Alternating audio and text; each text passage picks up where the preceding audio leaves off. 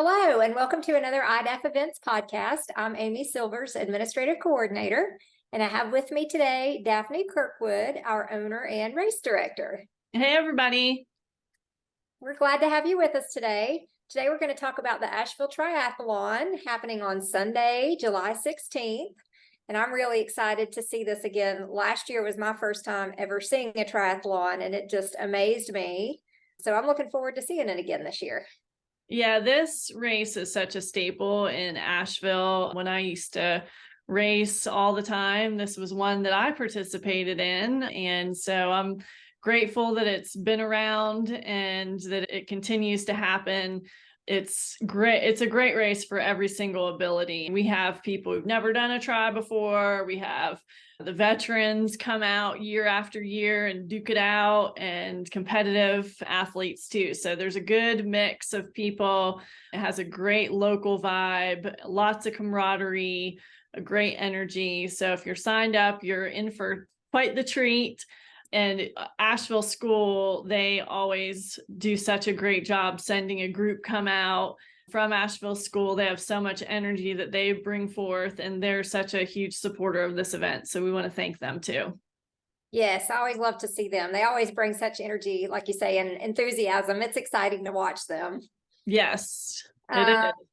Okay, so this triathlon is in Asheville. Where do the races start and finish exactly?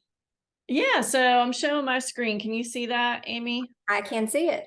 Awesome. These are all on Ride with GPS. If you're looking at for the routes, they'll be sent out in the event guide as well.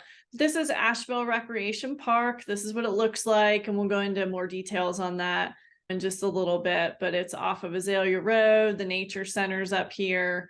So that's the vicinity of where things start and finish. All right, great. Look forward to hearing more about that in just a minute. We typically have a charity or a nonprofit partner for each of our events. Who are we supporting with this one? Yeah, so we have the Friends of the WNC Nature Center, our neighbors up there on the hill, and we're glad to support them and their programs for taking care of the animals. And so they are one of our partners. And then iDream Athletes Foundation, which is our sister nonprofit, is also one of our partners, and the funds from the race that go into iDream will be used for the coaching, for the programs that like the swim league that we've been doing this summer, for scholarships in our community for people who might need it for entry fees or for shoes or for bikes or for travel expenses. We just gave a scholarship to a couple girls to go to national mountain bike championships. And so that's what iDream does, and that's where the money will go right back into our community. Awesome. Great to be able to support those two charities. Okay, let's talk about what people can expect on race weekend. Packet pickup and registration. Last year, we offered pre-event shipping. We did it this year again. We had a really good number of people who elected to have their things shipped out to them early. That's just a convenient, super way to just show up on race morning ready to go and not have to stand in any lines and stress over making it in time and all that good stuff. We don't have a pre-event packet pickup session. It is just on race morning, and that's from 6 to 7 at the rec park pool. Okay. And make sure that when you are arriving, it takes a little bit of time to park and to bring all your things over to the pool. And you'll want to do that after you park. Just bring everything with you and then come to packet pickup and get your stuff. And so make sure and leave plenty of time. I know it's an early morning race, but we do that because of the heat and of the traffic. We want to make sure everybody's safe, and just leave yourself plenty of time. Don't just show up at 7 o'clock to parking. You won't be able to anyway because of the time limit on when registration and packet pickup closes, but just don't wait till last minute. Get up early. We don't want to see you stressed and trying to get things all set up for yourselves. Exactly. And what about coffee for anybody that wants that little caffeine fix before the race? Yeah, Bare Bones Brewhouse Dan, he'll be out there with his coffee cart, serving up some caffeine before or after the event for you. So stop in and see him, bring a cash or a credit card so that you can take advantage of that. Awesome. Yeah, I always look forward to that. Okay, where can people park? Oh, first of all, let's say registration. What time can they still walk up and register on race day, and what time does that start? They can do it on their phones. So if you look up iDaph.net, Asheville Triathlon, click the register button online. You can do that till 7 a.m., but registration does close at 7 a.m. on the morning of. Gotcha. Okay. And now once people get there, what are we looking at for parking? What's the best place? Yeah. So I'm just showing the map again here of the hub area. This is actually the run course that we're seeing. There is some parking in this lot up here that's behind the pool. So most people come in Azalea Road, go across the old bridge, and then come up this way on Gaseous Creek, and they park in here. If you do park in here, just know that it's going to be slow and somewhat difficult to leave during the race. The race courses all are on this part right here. So when you leave, you would head out this way. That's also part of the run course. So just keep that in mind when you're choosing your parking. This is the parking lot that's close to the first soccer field right here. And that's the one that's the most convenient, easiest to park in, because when you pull out of there, you can drive on this road, which runners are on that road, but it's a little easier to get out. You can also go out this way to Swananoa Road as well. But the parking here, if you park here, you're just going to walk all your items. You can push your bike and have your bag on your back, and you would walk over here to the transition area. Those are the two parking options. Let's see. I think that's it on that. Okay. Can someone drop, if a family member or friend is bringing them, can they be dropped off somewhere, or is that not a good idea? No, unfortunately, the way that the bridge, you have to come across the Gaseous Creek Bridge. There's no place to just park and drop somebody off. Everybody, if you start doing that, everybody wants to do that, and there's no room for it. Just be courteous to everyone and go ahead and park, and if somebody's driving you, just have them take you to a parking lot. Even if they're just dropping you off, go to a parking lot, get dropped off there, and gather your things to come to the race. All right, great. So we're parked. What's next?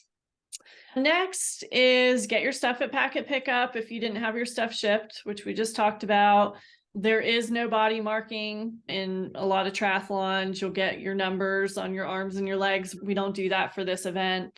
You will, if you have your things, you can go straight over to the transition area, put your bike there. If you don't have that yet, you'll go to Packet Pickup and then go to transition. And the transition zone is first come, first serve.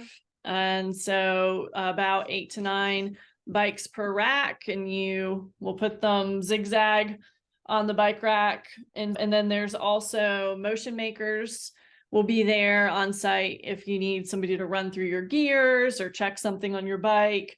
They're not going to be able to do a full-blown bike operation on race morning. Get your bike serviced before you come, but they will be there if you have something that's just brief that you need help with. Awesome. Perfect. Okay. So let's talk about the courses. I understand there's been some difficulty in getting the pool open this year. Yeah, the city, they went to put water in the pool in early summer, and they found that there were some issues with the structure of the pool. And so they've been delayed in opening it. We've been keeping in constant contact with them and just spoke with them again this week. And they feel pretty promising that the permit will get finished this week and they'll be able to put water in it. So that's the next step. The repairs have all been finished and everything. If something happens outside of their control or our control with that happening, we will switch up the race format for the event. We won't cancel the event. We just won't be swimming. So we'll do it a little bit different. Okay. What's the plan for that? What would that look like? Yeah, so if we end up having to do something like that, we would do a run a bike, and a run. The first run would be a little over a mile, so it would be shorter than the second run. And about a mile is probably about the same time that it would take you to do the swim, maybe a little bit different. And so it would be a mass start. Let me pull up the map here again, just to show in case this does happen. I believe I have it on one of these tabs. Here we go. All right. So we will publish this map if it comes down to having to do a run, bike, run. Right now, it's not where you can see it online because we don't want to add confusion. But the start would be over by the vendor area. This is where packet pickup will be at, tent village, that sort of thing. Pool is here. Restrooms are up here, up top by the finish. And then the transition is here. So it would be a mass start. Everyone would run this way at 7:30, and they would be following the run route until you get down past the first parking lot by the JBL soccer fields. At that roundabout, you would curve back and start heading back towards the finish. So this is the end of the 5K running route, which is a nice shaded area. Then you'll run across the bridge and you will run down this way. We'll have cones and everything set up in the event that this does happen so that the bikes can leave on the left side to go out on the bike part, so that the fastest folks that are coming in have a lane to get out to go on the bike. And so you would go into your transition area and get your bike. So that's what it would look like in the event that we have to do something like that. Okay. All right. Good to know. Good to know a backup plan. Yeah. Okay. How about, let's talk about the traditional swim, bike, and run courses normally. And we hope that's what we're going to see. What can they expect? Yeah. So the swim, this map is in Ride with GPS, so you can take a look at it. Actually, that's not the right one. That one should be online. But basically, you are going to start at the shallow section for this event. Hendersonville Tri, if you did that, you started in the deep section, you jumped in, dived in, did something fun for the contest.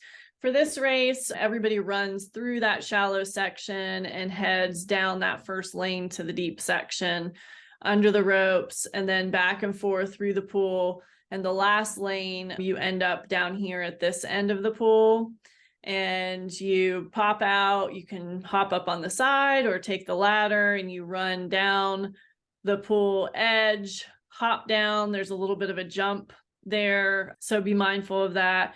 And then you run to the back part of transition. Transition is here. You get your bike and you head out to the front of transition. And let's see, let me show the bike map here.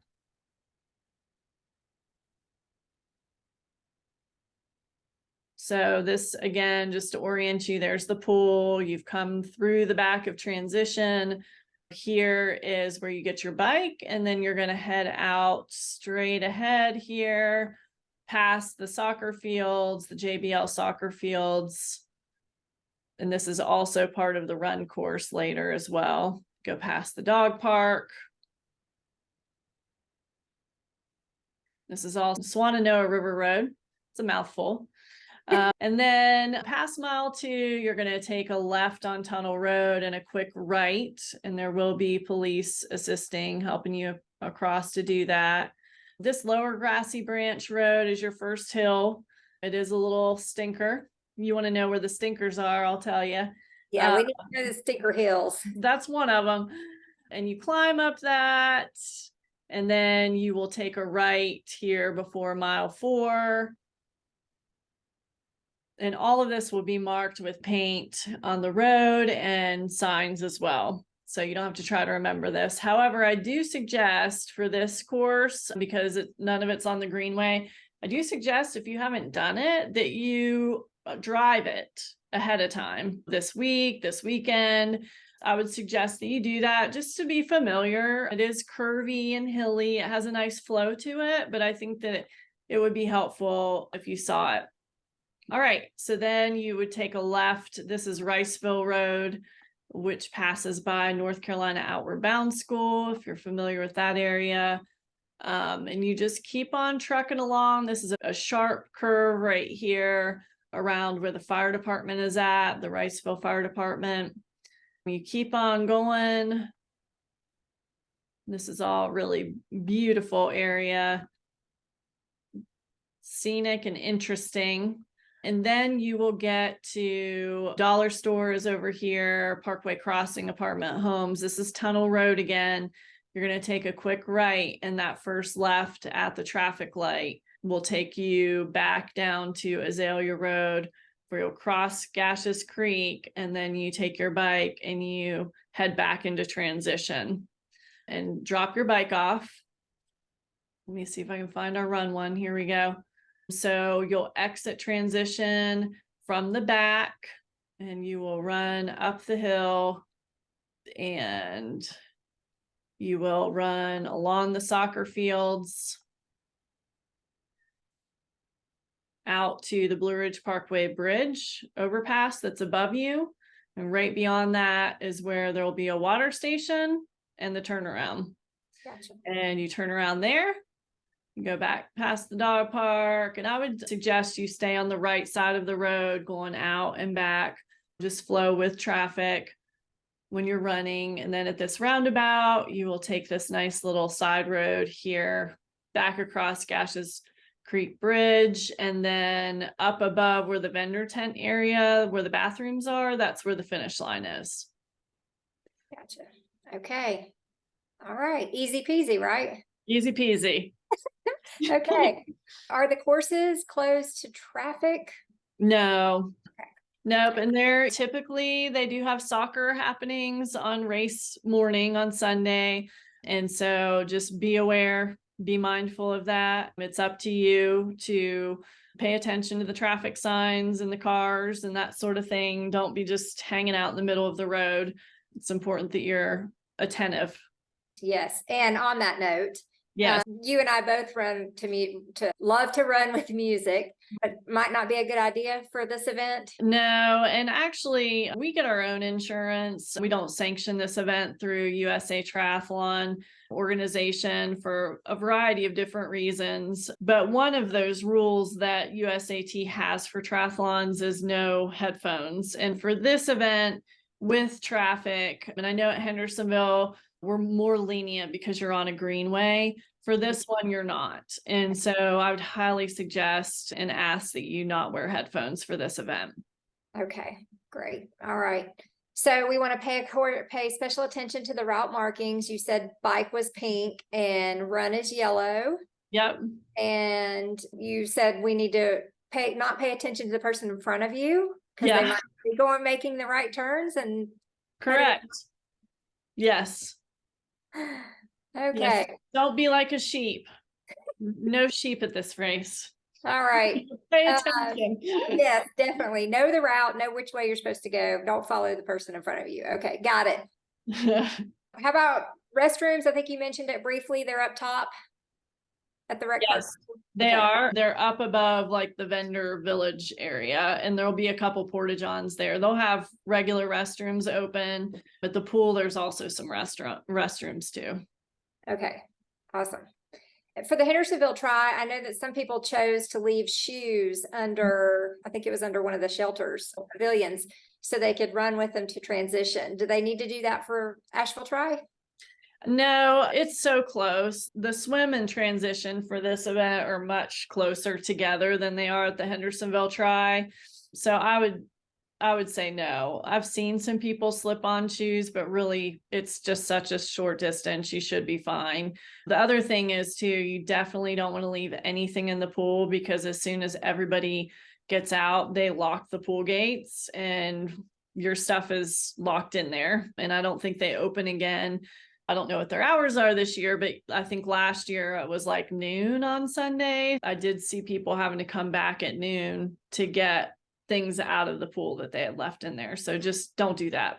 Yeah, definitely not. Yeah. All right. How about swim warm-ups? Will they be able to do that before the start of the race? Yep. Those will start at 7 and end at 7:20. So you got about a 20-minute window to do that. Okay. And this one, like Hendersonville Tri, is also a time trial start with the waves. So how's that going to work? Yeah, so we will post that swim start list according to what you entered for your estimated swim time. And so we will plan accordingly to whatever you submitted, and people will be in waves just so we can break it up just a little bit with the approximate time that you need to be standing in line. And then folks will go about every 5 to 7 seconds, depending on how many people we have. And so no dilly-dallying, be ready to go. I know people are always like, I don't want to be first in line, but if you're a fast swimmer, you want to be first or in that first section so that you have a better experience. We also have a YouTube video that I did a couple years ago that people can watch, and I'm at the pool, I'm standing near transition, and I'm just going through all those different areas on that video. It's called Asheville Triathlon, Event Guide, Swim Start, Transitions, Parking, and More. And it was from 2021. So, if you haven't done this race before, that's also a good video to watch just to familiarize yourself with how to get through the pool and where transition is and stuff like that. I found that video very informative for last year because for me, never have even seen a tri before. It helped me understand how things worked, and then I was able to answer questions. So that was, great. Yeah. I think the biggest thing is when you put your stuff in transition, you just need the basics. You don't need to bring a ton of stuff with you. You need to make sure and have plenty of room for your neighbors to be able to put their stuff. And then as you're exiting transition on the bike, there's a mount and a dismount line, and you don't get on your bike until you get to that mount line. And then when you're coming back from the bike, that's where you dismount your bike. You don't ride it into transition. So if you haven't done a tri before, that's one of the things to note that you definitely need to know, but I would suggest that you watch the video. Yes. Okay. All right. So we've done the swim, we've done the bike, and now the last part's the 5K run. Yeah. How about race bib? Where does that need to go? The race bib, you just wear that during the run. You can put it on for the bike, that's fine, but you don't have to have it. Your ankle band has your number on it. And when you're in the swim lineup, we will ask you what that number is. Just look down at your ankle and let us know. The other thing too, I don't know if it was on our notes to talk about, but put a couple safety pins on that ankle band. I know at Hendersonville Tri I was handing those out to people just to make sure that they're secure on there. If the water and air temperature are very different, the ankle band will lose its stickiness and basically fly off in the pool. And we don't want that to happen because that's your timing. When you go out on your run, you'll keep that ankle band on the whole entire race from start to finish. We don't need it back. You can throw it away when you're done. But that number will have to be on the front of you, your bib number on the front of you when you come through that finish line for the run. So you can throw on a shirt, you can throw on a pair of shorts. Some people have number belts. It doesn't have to be super fancy, guys. Just make sure you have that number on the front. All right. And we have a water station, you did say, on the course at the halfway point. What can they expect from that? Yep, we will have water and Gatorade and jam bars there, maybe some fruit chews as well. But I always tell people, especially in a short triathlon, it's easy to just throw some things, throw a gel, have a handheld water thing that you're holding in your hand and you're carrying with you for the run. When I race, that's what I typically like to do, just because it's a mile and a half to get to that water station. And while it's great, sometimes coming off the bike, I needed something a little bit sooner than that. And some people don't need anything at all. It just really depends on what you like. But I would always plan on just having your favorite gel with you, whether you take that on the bike or before the run, take that with you. Great. Okay. Good to know. All right. So we've done the swim, we've done the bike, we've done the run, we crossed the finish line, we did it. What can we expect at the finish line? Yeah, we'll have water from Mountain Valley Water there. We have Jessie coming from Fold Bodywork Studio doing massages. So you can sign up for that with her.